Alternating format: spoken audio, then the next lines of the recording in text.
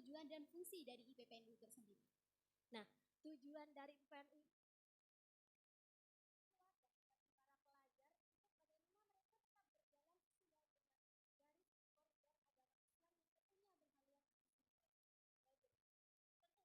masanya Dewi dan Yudi itu sudah banyak dari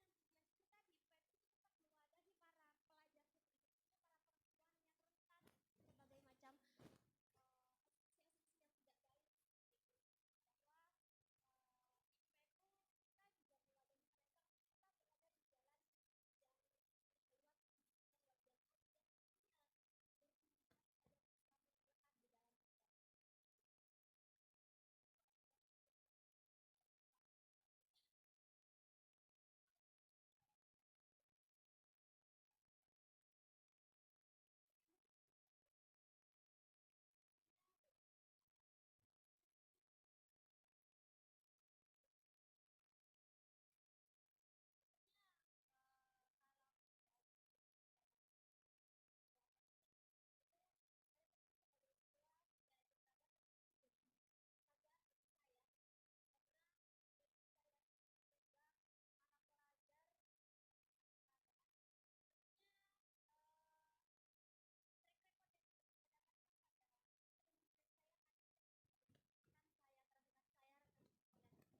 tentunya dari jumlah PR yang ada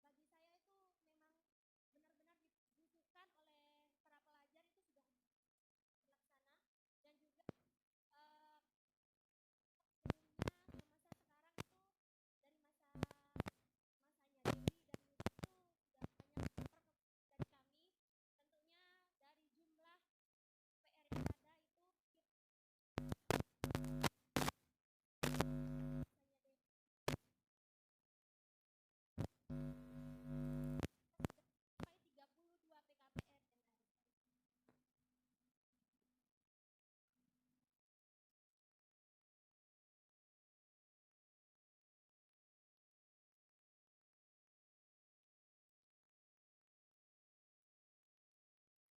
Tentunya di Kecamatan Peragaan itu menyeluruh seperti itu.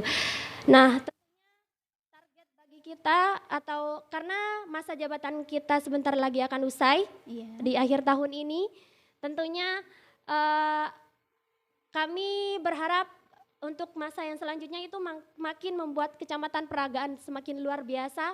Tentunya Peragaan ini termasuk PAC Peragaan yang terbesar di antara Sumeneb dan perkembangannya itu termasuk luar biasa seperti itu. Karena apa? Karena jumlah PKPR yang ada, kegiatan-kegiatan yang ada, jenjang pengkaderan yang sudah kami laksanakan itu lebih dominan tinggi daripada dari sekian banyak kecamatan-kecamatan yang ada seperti itu. Luar biasa sekali memang PAC IPNU IPPNU Peragaan ini. Banyak sekali cekatan baru PKPR yang terbentuk di sini ya. Iya, betul.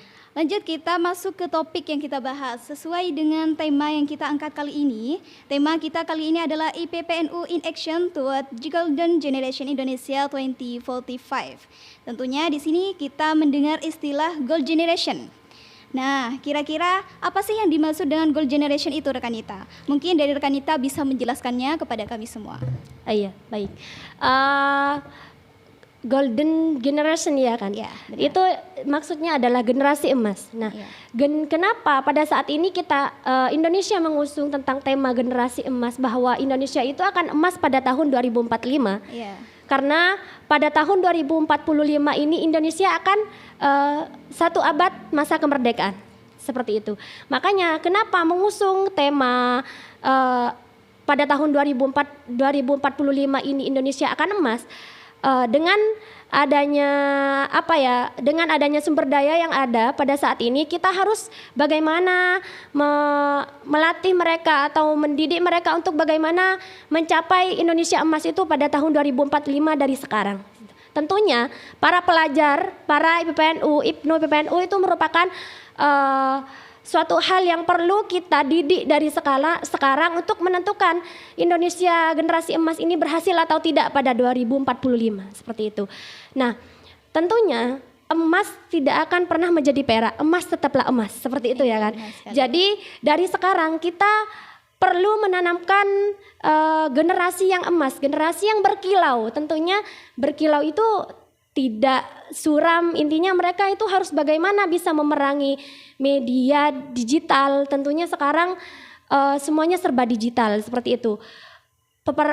Yang perlu kita perangi pada hari ini sampai nanti itu tentunya tentang digitalisasi. Kita semuanya sudah hidup di era digitalisasi. Tentunya kita para pelajar, tidak hanya IPPNU, para pelajar semuanya itu harus bisa bagaimana memerangi digitalisasi yang ada pada hari ini. Tentunya membawa digitalisasi kepada hal yang negatif, kepada hal yang positif, maksudnya tidak ke hal yang negatif, seperti itu.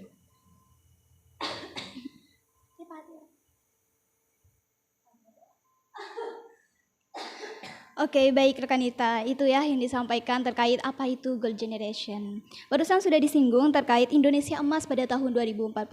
Kita selaku kader-kader IPPNU harus benar-benar memaksimalkan usaha kita untuk menyambut Indonesia Emas 2045. Iya, benar Karena sekali. berkaca pada negara-negara sebelumnya, kalau masa keemasan sebuah negara itu dimaksimalkan, maka itu akan mengangkat negara kita, derajat negara kita. Seperti Betul. negara Indonesia awalnya yang masih negara berkembang, bisa jadi akan menjadi negara maju jika kita maksimalkan usaha kita di masa keemasannya nanti. Oke. Membahas terkait Indonesia Emas pada tahun 2045, apa sih yang menjadi fokus utama IPPNU dalam upaya mencapai visinya itu untuk generasi emas Indonesia pada tahun 2045 nanti? Nah, tentunya fokus utama kami di IPPNU itu mengembangkan sumber daya yang ada. Seperti tentunya di dalam salah satu visi Indonesia Emas itu ada beberapa hal ya kan, di dalam dunia pendidikan, ada di dalam ekonomi. Nah, kita di PPNU sudah mengadakan beberapa program kegiatan yang tentunya itu berpacu kepada hal itu, yang bisa kita kacai bahwa di pimpinan cabang Sumeneb saja sekarang sudah ada departemen yang membawahi di bidang UMKM seperti itu. Itu kan sudah membawahi para pelajar untuk bagaimana mereka membangun sebuah sumber daya yang ada dengan UMKM, dengan mengembangkan UMKM yang ada. Nah, seperti itu. Nah, tentunya di dalam kegiatan-kegiatan lain yang bisa kita lakukan yaitu seperti dengan tentunya di dalam struktur kita itu juga ada beberapa departemen yang tentunya itu juga ada salah satunya tentang Departemen Minat dan Bakat. Nah, Departemen Minat dan Bakat ini tentunya menjadi wadah bagi kami untuk mewadahi para pelajar, untuk mewadahi para pengurus bahkan pelajar-pelajar untuk bagaimana mereka bisa mengasah minat dan bakat yang mereka punya dan kita memberikan wadah seperti itu. Tentunya kita dengan mengadakan beberapa event seperti kemarin pada Pekan Raja Bia itu ada beberapa event seperti itu. Tim IPNU ada mengadakan event futsal gitu. Iya, itu benar. tentunya menjadi dorongan bagi kami IPNU PPNU bahwa IPNU PPNU tidak hanya memberikan pandangan mereka tentang agama Islam, tetapi juga memberikan wadah bagi mereka untuk bagaimana mereka mengembangkan minat dan bakat mereka yang terpendam seperti itu. Kita menjadi suatu wadah bagi mereka seperti itu. Oke, itu adalah beberapa visi yang membangun bagi generasi emas Indonesia dan juga itu merupakan bukti konkret program-program dari IPNU IPPNU ya, khususnya yang ada di Kecamatan Peragaan. Tentunya dalam menjalankan organisasi ini agar program-program kita yang dijalankan itu benar-benar maksimal, kita tidak terlepas dari elemen-elemen masyarakat. Iya, ya kan? betul. Betul ya. Lantas bagaimana IPPNU terutama berkolaborasi dengan pihak lain seperti pemerintah atau organisasi-organisasi lain dalam mencapai tujuan atau program Generasi Emas Indonesia? Nah, tentunya banyak program-program yang sudah kami laksanakan, terutama seperti masa kemarin baru selesai ya kan, masa pemilu. Tentunya kita juga berkolaborasi dengan Bawaslu seperti itu. Jadi IPPNU itu tentunya merupakan suatu organisasi yang menarik untuk bisa kalian ikuti seperti itu. Karena apa? Karena pengalaman yang nantinya kalian dapatkan seperti yang saya dapatkan, kalau bukan karena IPPNU saya bukan siapa-siapa seperti itu. Saya bisa duduk di sini hari ini, saya bukan siapa-siapa kalau bukan karena IPPNU. Kalau saya hanya orang biasa, hanya masyarakat biasa, nah lantas atas alasan apa saya akan duduk di sini seperti itu. Nah, tentunya IPPNU itu membawa peran penting di dalam hidup kalian masing-masing, di dalam individu kalian masing-masing seperti itu. Untuk baik itu masyarakat, baik itu pemerintah dan sebagainya.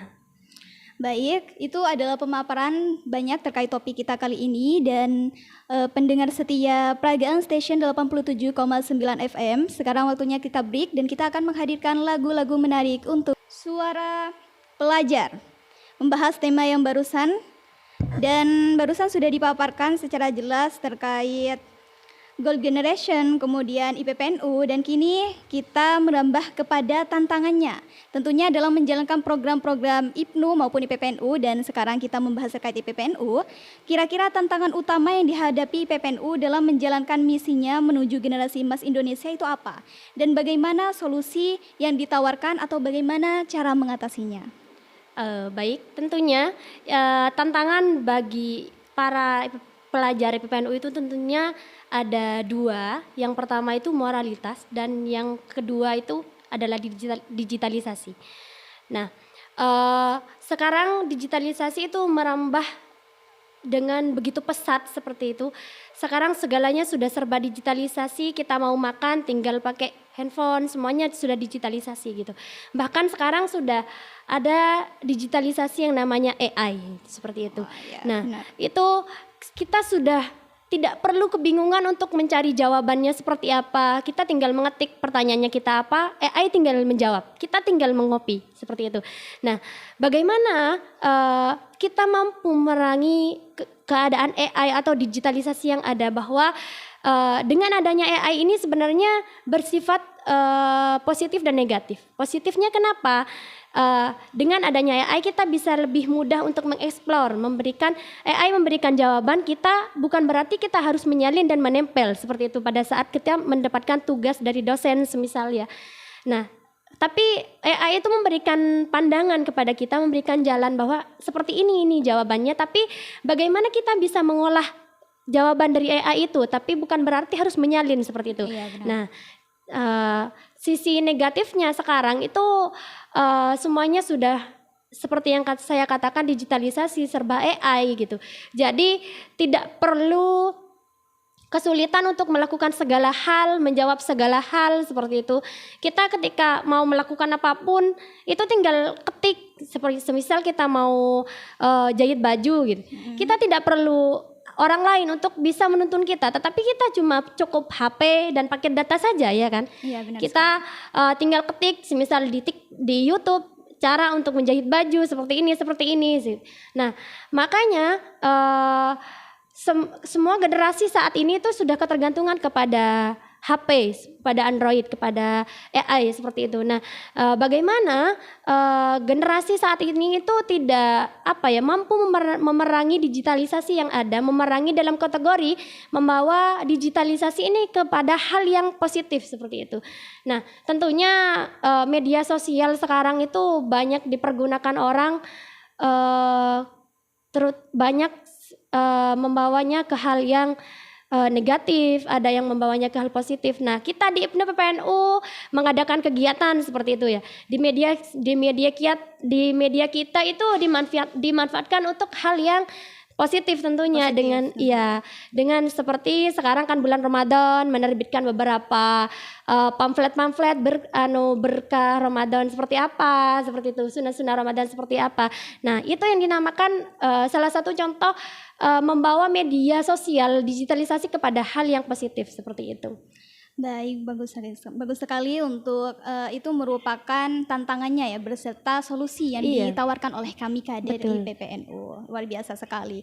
Kemudian karena kita barusan membahas terkait media sosial, ada yang menggunakannya ke ranah yang positif, ada juga yang ke negatif. Akan tetapi mayoritas banyak yang negatif ya kan itu. Makanya itu tantangan bagi kita PPNU untuk bagaimana menggalikan setiap individu itu membawa media itu kepada hal yang positif seperti tentunya. Itu. Nah, lantas bagaimana rekan Nikta menanggapi para perempuan yang salah dalam menggunakan media sosial? Bagaimana tanggapan pribadi dari rekan Nikta? Nah, tentunya ya itu kembali kepada individu masing-masing. Nah, mengubah perilaku atau tingkah laku seseorang itu sulit. Jika percuma kita berusaha merubah mereka, jika mereka tidak ada keinginan untuk berubah, itu tidak akan mungkin seperti itu. Nah, tentunya kami di PPNU dengan ada beberapa kegiatan-kegiatan seperti di Departemen Dakwah kita mengadakan beberapa kajian tentang kewanitaan. Itu merupakan suatu pencerahan dari kami untuk mengajak mereka kepada jalan hal yang baik gitu. Kita berusaha untuk membawa mereka ke jalan yang ranah yang positif seperti itu. Untuk tentunya sekarang sudah tentang digitalisasi, bagaimana kita mengadakan pelatihan seperti pelatihan tentang digitalisasi ke hal yang positif, itu memberikan pencerahan kepada mereka bahwa setiap media sosial itu tidak semuanya negatif, tetapi positif seperti itu. Ada hal positifnya jika kita yang membawanya ke hal yang positif. Nah, tentunya sekarang miris melihat para perempuan yang ada, tentunya kita sudah tidak asing lagi bahwa perempuan saat ini itu sudah rata-rata menikah muda. Nah, itu tentunya menikah mudanya miris karena apa? Mereka berpisah, bercerai karena faktor ekonomi dan sebagainya, karena mereka itu masih belum siap untuk menikah. Nah, tentunya kami di PPNU itu kan di dalam undang-undang sudah diatur bahwa usia minimal menikah itu 19 tahun ya, benar betul. Sekali. Nah, sekarang tentunya kita tidak bisa pungkiri dari fakta yang ada gitu. Tentunya di Kecamatan Peragaan bisa kita lihat sendiri bahwa sekarang anak sekolah MI saja sudah menikah gitu. Usianya masih belum cukup untuk kalau di dalam dunia kesehatan itu usia untuk kesehatan mental gitu. Kesehatan mental gitu. Nah, tentunya kalau orang sudah bersuami istri itu kan tentunya soal anak gitu. Tentunya sekarang sudah miris sekali anak remaja seumuran di PPNU itu sudah punya anak tetapi berpisah dengan suaminya. Nah, pada saat seperti itulah mereka akan kehilangan arah. Karena apa?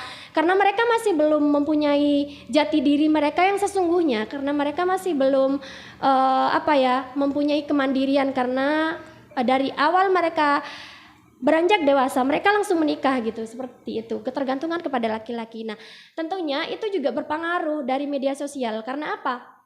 Mereka itu kan sekarang semuanya sudah serba media ya kan. Iya. Betul. Jadi media sosial itu dimanfaatkan secara positif saja, jangan terlalu berlebihan seperti itu. Baik. Dari jawaban yang diberikan oleh rekan Nita, saya menjadi teringat pada salah satu kaidah, yaitu al-muhafadzatu 'alal qadimi sholih wal akhdhu bil jadidil aslah. Artinya memelihara hal lama yang baik dan mengambil hal-hal baru yang lebih baik. Tentunya dalam perkembangan ini kita tidak boleh menutup mata.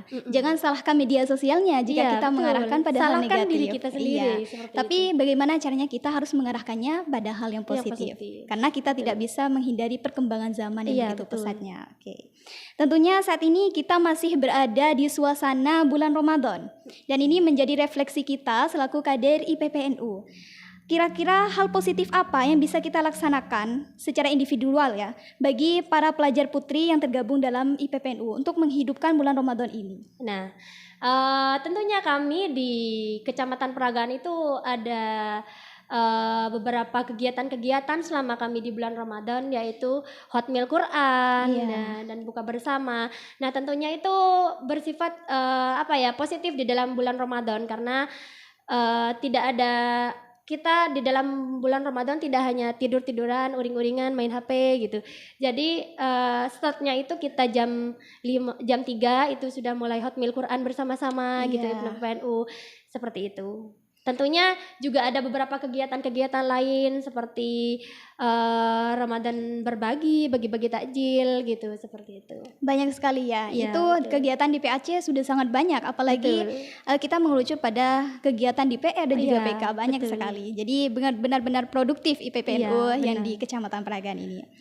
Kemudian kita membahas terkait seorang perempuan. Seorang perempuan seringkali diberikan stereotip negatif oleh masyarakat bahwa seorang perempuan itu ada pada strata kedua di bawah laki-laki, yang mana julukannya perempuan itu hanya cukup di dapur, kasur dan juga sumur. Kira-kira bagaimana tanggapan rekanita menghadapi perspektif masyarakat tentang seorang perempuan yang seperti itu? Nah, tentunya kita harus memberikan suatu bukti kepada masyarakat bahwa perspektif itu tidak harus dimunculkan bagi para perempuan. Karena perbedaan dari kita perempuan dan laki-laki itu hanya perbedaannya di jenis kelamin saja. Tetapi kedudukan dan sebagainya kita juga sama. Kesetaraan gender kita juga sama. Kita hanya dibedakan oleh jenis kelamin saja gitu. Perihal katanya wanita itu hanya di kasur, di sumur, dan di dapur. Ya sebenarnya kita juga di dapur, ya di sumur juga ngambil air, di dapur kita juga masak, tapi tidak hanya di situ saja peran kita gitu. Kita juga perempuan bisa menjadi orang-orang hebat gitu.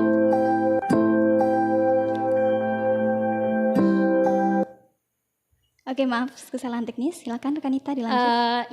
Jadi statement yang ada bahwa perempuan hanya di kasur, di sumur dan di dapur itu kita rubah mindset para lingkungan masyarakat bahwa perempuan juga bisa loh menjadi seorang pemerintah, seorang pejabat gitu. Nah, ya perihal kepala keluarga ya tetap laki-laki gitu. Tidak ada ceritanya perempuan menjadi kepala keluarga seperti itu. Nah, tentunya kita juga tanamkan di dalam diri kita perempuan bahwa kita perempuan juga bisa loh menjadi orang yang hebat, orang terpandang. Nah, seperti kita lihat pada sekarang ini juga bupati kita seperti itu. Sekarang wakil bupatinya siapa juga bisa perempuan, gubernur siapa. Semuanya itu tidak ada keterbatasan, tidak ada keterbatasan bahwa yang harus jadi bupati itu laki-laki, sudah tidak ada gitu. Nah, tentunya kita berkaca juga dari PPNU gitu. Dengan adanya IPNU PPNU gitu. Nah, ketuanya itu juga masing-masing. IPNU ketua berbeda, PPNU ketua berbeda. Nah, itu juga bisa memberikan pandangan kepada kita bahwa perempuan juga bisa loh menjadi seorang pemimpin. Perempuan juga bisa menjadi orang hebat gitu. Tidak ada yang harus dibedakan antara kita dengan laki-laki kecuali hanya jenis kelamin gitu. Perkara laki-laki bisa manjat pohon, kita juga bisa manjat pohon seperti itu. Iya, betul sekali rekanita. Oke, itu adalah pendapat rekanita terkait seorang perempuan. Nah, kemudian melihat hal tersebut, perempuan ini kan harus menjadi seorang yang feminim, jangan menyia-nyiakan hak-haknya gitu kan ya. Akan tetapi melihat realita perempuan saat ini sangat miris tentunya. Iya, betul. Mulai dari mereka menyia-nyiakan haknya, yang kemudian mereka itu malas untuk berperan dan memberikan perannya kepada yang lain, padahal itu merupakan kesempatan bagi kita. Nah, dalam melihat realita seperti ini, apakah ada kritik atau keprihatinan yang ingin rekanita sampaikan kepada perempuan di Nusantara ini? Tentunya kritikan ya. Iya, kritikan. Tentunya bagi para perempuan itu tanamkan di dalam diri kalian bahwa ayo bangun, kita bangun generasi emas yang memang benar emas pada tahun 2045 dengan kita menjadi seorang perempuan yang bervalue, seorang perempuan yang berkarismatik,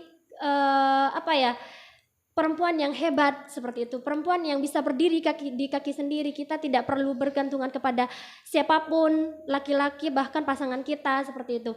Nah, mari kita para perempuan bangun di dalam diri kita masing-masing gitu, bahwa berhenti menjadi wanita yang bodoh, menjadi wanita yang uring-uringan yang hanya tidak berperan bagi negara tentunya gitu. Nah, tentunya pada saat wanita itu menjadi hebat, yang bangga itu tidak hanya keluarga kita, tetapi juga seluruh Nusantara itu Iya, bangga benar terhadap sekali. kita, seperti itu. Nah, dari adanya media sosial dengan adanya kegiatan-kegiatan di IPNU PPNU, mari kita para pelajar putri tentunya kita ikut berkontribusi untuk berkegiatan ke hal-hal yang positif seperti itu. Untuk apa? Untuk menggali potensi yang ada di diri kita sendiri. Untuk masyarakat tentunya kita di dalam kegiatan itu tidak hanya mengkiprahkan atau melampiaskannya hanya untuk diri kita sendiri, tetapi juga memikirkan untuk masyarakat, bahkan masyarakat Indonesia secara luas, ya kan. Iya, benar. Tentunya miris dengan dengan berita-berita perempuan yang hari ini sedang banyak gitu tentang apa ya, tentang kasus pelecehan seksual dan sebagainya, itu karena minimnya pengetahuan mereka, karena mereka tidak ingin bisa memerangi keadaan lingkungan dengan baik gitu. Jadi mereka membawanya kepada hal-hal yang negatif seperti itu, seperti dengan adanya media sosial yang mereka salah gunakan seperti itu. Oke, itu adalah pembahasan terkait perempuan. Dan jangan khawatir para perempuan di Nusantara, ada IPPNU yang siap mewadahi kalian untuk pengkaderannya. Dan mungkin bisa dijabarkan apa sih untungnya para perempuan khususnya yang ada di Indonesia untuk bergabung dengan kita IPPNU. Karena benar-benar IPPNU itu ada di dalam koridornya dan juga paham Ahlussunnah wal Jamaah. Iya, betul. Tentunya selain mendekatkan diri kepada Tuhan, ya kan, IPPNU itu kan berada di dalam banomnya NU tentunya, yang kental akan agamanya, berhaluan Ahlussunnah wal Jamaah. Tentunya dengan adanya IPPNU kita juga bisa mengembangkan pola pikir kita, bisa mengembangkan relasi seperti itu. Karena IPPNU itu tidak hanya ada di Sumeneb saja, tetapi di semua mancanegara itu ada IPPNU seperti itu.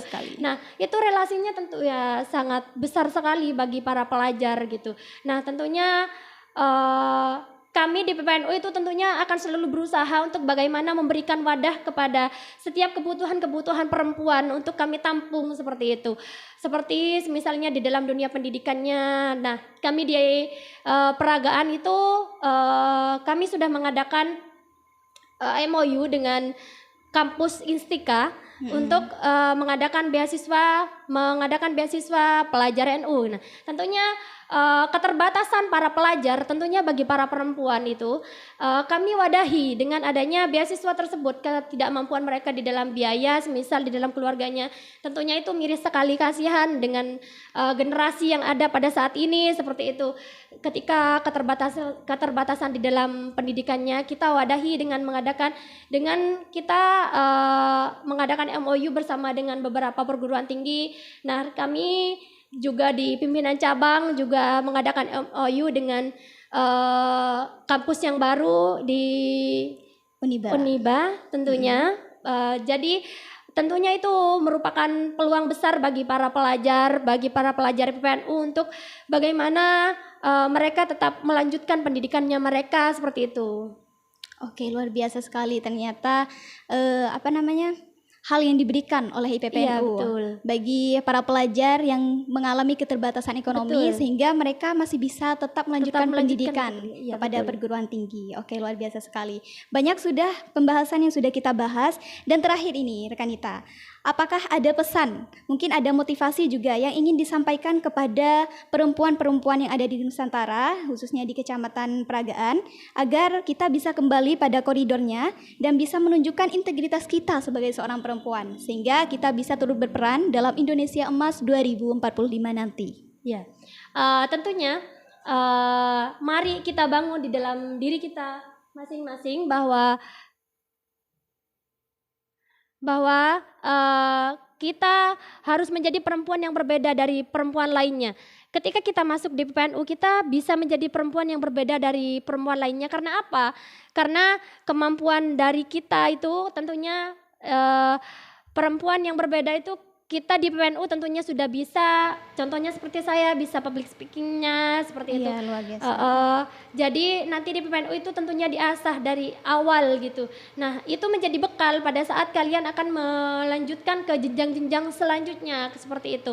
Nah, tentunya bagi para perempuan Mari tanamkan di dalam diri kita masing-masing, kita menjadi perempuan yang bervalue, perempuan yang tidak perlu dibedakan antara laki-laki dan perempuan, seperti itu. Bahwa kita juga bisa menjadi orang hebat, kita juga bisa menjadi seorang pemimpin, kita juga bisa menjadi Sebentar lagi akan kita ikuti kuis Ramadan hanya di 87,9 Peragaan Station. Selamat menikmati.